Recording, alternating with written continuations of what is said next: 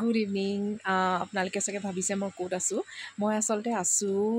চেৰগাঁও অৰুণাচলৰ জেগা এডোখৰত আৰু ইয়াতে আমি আহিছোঁ আজি ৰাতিপুৱা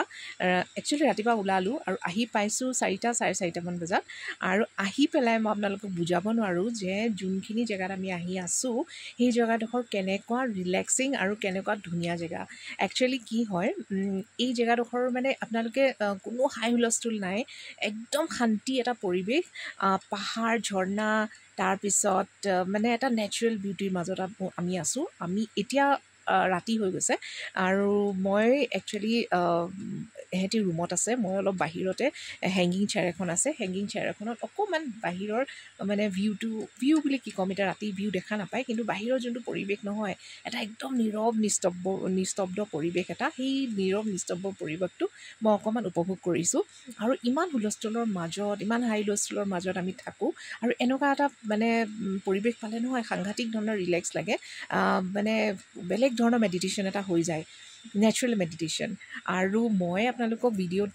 দেখুৱাই থাকিম যে আমি ক'ত ক'ত গৈছোঁ বা চেৰগাঁওখন ক'ত আছে বা কেনেকুৱা ধৰণৰ জেগা বা আপোনালোকে কেনেকুৱা লাগিব আহিলে চ' গোটেইখিনি মই ডিটেইলছত আপোনালোকক দেখুৱাম খালি মই জাষ্ট এনেই এটা আপোনালোকক ক'লোঁ আৰু যে আমি আজি আহিছোঁ দুদিনৰ কাৰণে আহিছোঁ অকণমান ৰিলেক্স কৰিবলৈ আহিছোঁ আৰু অৰুণাচলৰ চেৰগাঁৱৰ বিষয়ে বহুতে নাজানে চ' অকণমান যোনে নাজানে তেওঁলোকক ক'বলৈ বিচাৰিছোঁ মানে ইয়াতে যদি কোনোবা আহে এইটো নাভাবিব যে এটা বেলেগ ধৰণৰ এটা মানে কমাৰ্চিয়েল এৰিয়া বা কেনেকুৱা ধৰণৰ এটা মানে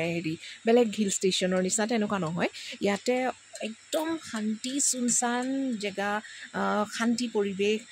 ঝৰ্ণা আমি যোনটো ৰিজৰ্টত আছোঁ সেই ৰিজৰ্টটোৰ তলতে ঝৰ্ণাখন আছে ঝৰ্ণা বৈ আছে ঝৰ্ণাৰ আৱাজ মই এতিয়াও মোৰ কাণত আহি আছে আৰু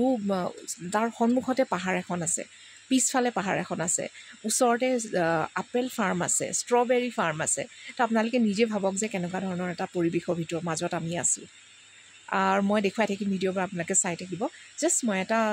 আপোনালোকক জাষ্ট এটা আইডিয়া দি দিলোঁ যে চেৰগাঁওখননো কেনেকুৱা বা আমি ক'তনো আছোঁ